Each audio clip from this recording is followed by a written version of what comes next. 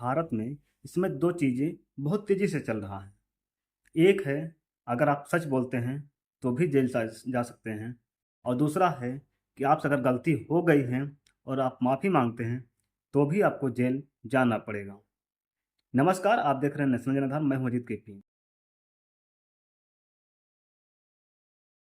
इस समय जो चल रहा है पूरे भारत में दो चीज़ें देखने को मिल रही है। एक, अगर आपने कोई गलती की है और आप उसकी माफ़ी मांग लेते हैं और उस चीज़ को डिलीट भी कर देते हैं सोशल मीडिया पर से, तो आपके ऊपर कार्रवाई होना निश्चित है।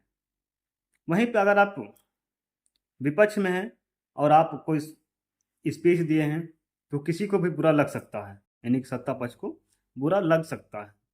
लेकिन अगर वो पार्टी में हैं, वो कुछ भी बोलेंगे, उनके ऊपर कोई कार्रवाई नहीं होगा। वो आपको कहीं भी देखने को नहीं मिलेगा, उनको जेल जाने को नहीं मिलेगा। वो हमेशा घूमते रहेंगे। लेकिन आप आम आदमी हैं या विपक्ष में हैं, तो आपके ऊपर कार्रवाई होगी और आपको जेल जाना पड़ जाएगा। और अब्बास अंसारी के साथ भी यही हुआ है।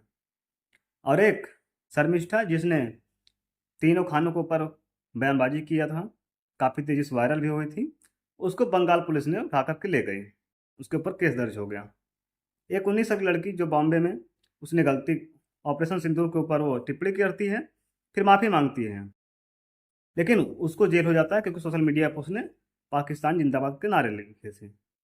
लेकिन अगर आप बीजेपी में हैं और आप खुले सड़कों पर पाकिस्तान जिंदाबाद के नारे लगाते हैं तो भी आप बरी रहेंगे, पूरे घूमते रहेंगे, आपके ऊपर कोई कार्रवाई नहीं होगा, उस पर कोई बात नहीं करेगा। लेकिन अगर आप माफ़ी तुरंत मांग लेते हैं और 2 घंटे के अंदर पोस्ट डिलीट भी कर देते हैं तो भी आपको 18 और 19 दिन आपको जेल में काटने को मिल जाता है। हालांकि चाहे विजय शाह हो चाहे कोई भी हो, उनके ऊपर कोई कार्रवाई नहीं होगी। इसीलिए कह रहा हूँ कि अगर आप विपक्ष में हैं, आम आदमी हैं, तो आपके ऊपर कार्रवाई होगी, और कोई सत्ता में है तो उसके ऊपर कोई कार्रवाई नहीं होगा। सच न बोलिए और किसी पार्टी के खिलाफ मत बोलिए, और पोस्ट डिलीट करते हैं, आप माफ़ी मांगते हैं तो भी आपको जेल जाना पड़ेगा। लेकिन अगर आप आम आदमी हैं और विपक्ष में हैं तभी। अगर आपको हेट स्पीच देना है और गलतियां करनी हैं तो आपको एक विशेष पार्टी में होना ज़रूरी है, खासकर कि जो केंद्र में हो, तभी आप सुरक्षित रहेंगे और सेफ रहेंगे। नहीं तो आपको जेल जाना निश्चित है। तो देखते रहिए नेशनल जनाधार, मैं अजीत केपी।